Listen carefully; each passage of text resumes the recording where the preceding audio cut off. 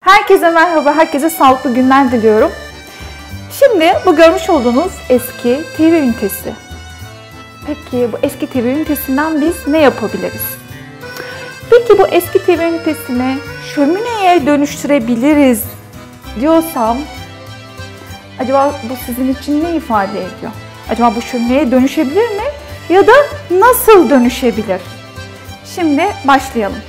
Öncelikle bu kapakları sökeceğim. Bu sökmüş olduğum kapaklardan da başka bir şey yapacağım. İki kapağı birleştirip aynaya dönüştürmeyi planlıyorum. Önce bir puflarımı çıkartacağım bu yüzeyden.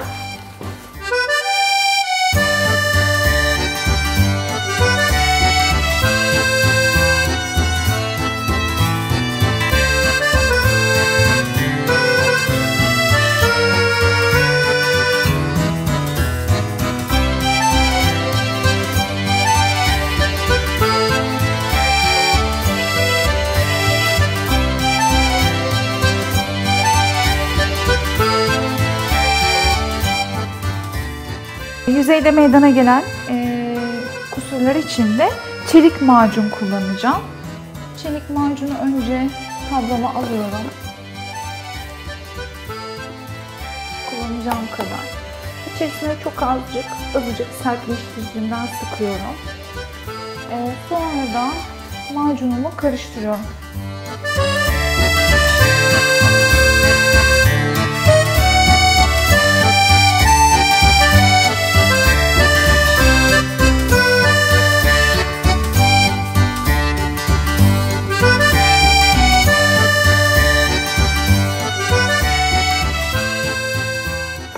Bölümünü her ne kadar siyaha boyayacağım ve o belli olmayacak olsa da macunumla kusurlarını daha güzel kapatacağım. Hemen.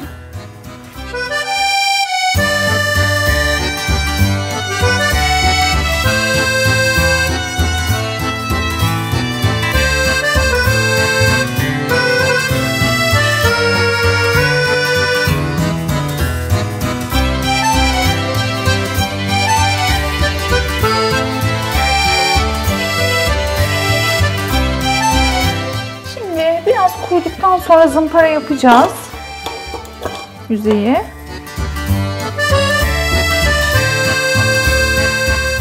Cam bölümlerin boya olmaması için bu bölümleri de hafiften bantlıyoruz.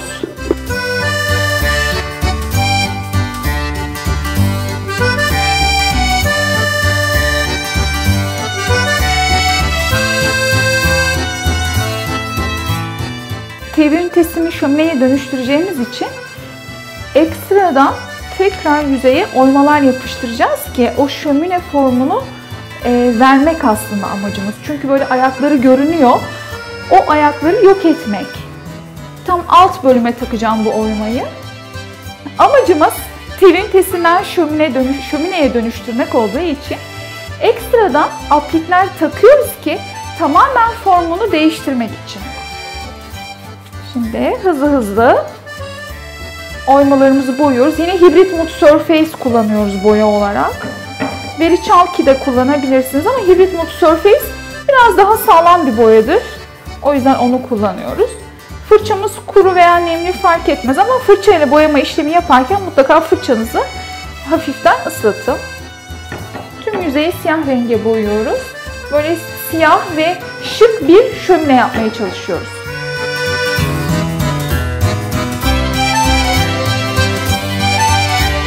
Bu tür ahşap objeleri yüzeye yapıştıracak çok kaliteli yapışkanlar da var. Bunlardan bir tanesi de Hi-Tech. Hi-Tech denilen bir malzeme. Yaklaşık 320 kiloya kadar yapıştırıyor. O yüzden yapıştıracağım yüzeyi bu Hi-Tech'te kaplıyorum önce. Bu tür özellikle dönüşüm projeleri yaparken bu malzemelerden faydalanmak gerekiyor. Bunlar hayatımızı kolaylaştırıyor.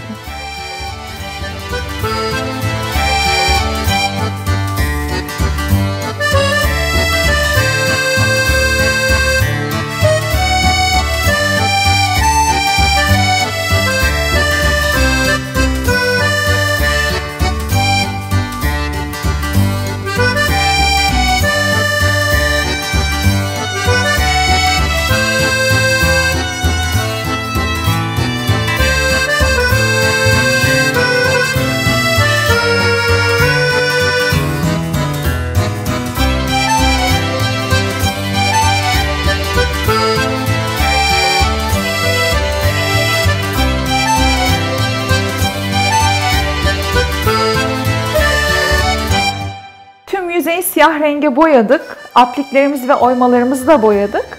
Şimdi ne yapacağız? Onları yapıştırmak için yine High-Tech yapıştırıcısını kullanıyoruz. Bir de hızlı yapıştırıcı kullanacağım ben. Hızlı yapıştırıcı kullanmamın sebebi bu yapıştırıcı yüzeye tamamen yapışana kadar bir nebze olsun onun orada sabit kalmasını sağlayacak aslında diğer yapıştırıcı. Amacım o TV ünitesini tamamen böyle şömine formuna dönüştürmek. Onun için üzerine bu kadar çok aplik ve oyma takıyorum. Şimdi tüm apliklere hızlıca yapıştırıcımı yapıştırıyorum.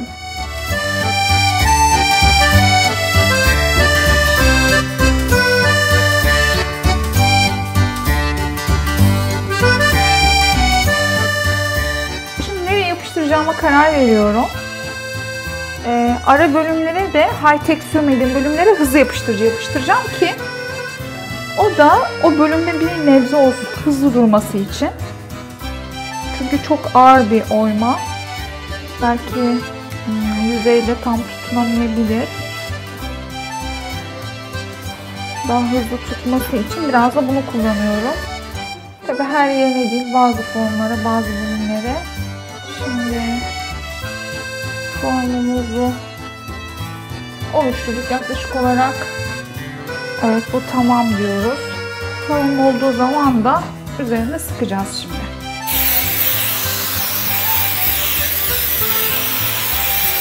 Bir 10 saniye bekliyoruz iyice kurusun.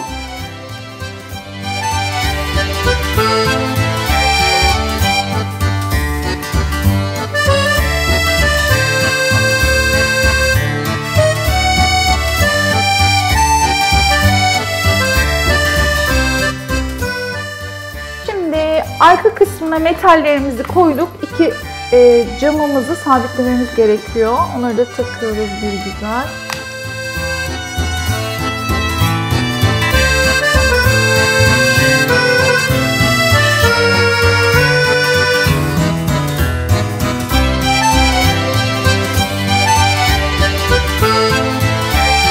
Şimdi bu bantlarımızı çıkartıyoruz. Camlarımızı da temizledikten sonra ayna efekti yapacağız. Sanki bu bir cam değil de aynaya dönüşecek.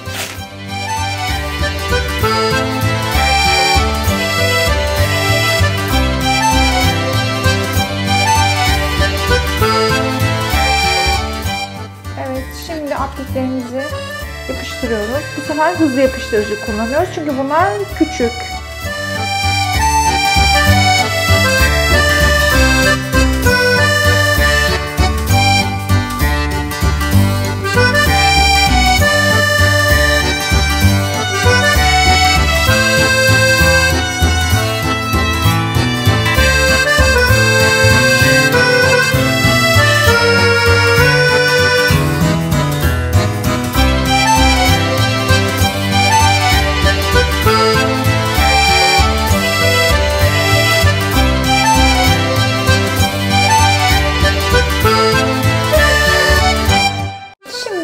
Ayna yapıyoruz yüzeyimizi.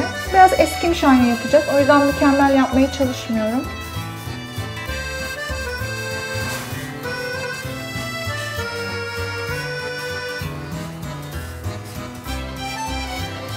Biraz vintage, sanki eskilerden kalmış gibi olsun istiyorum.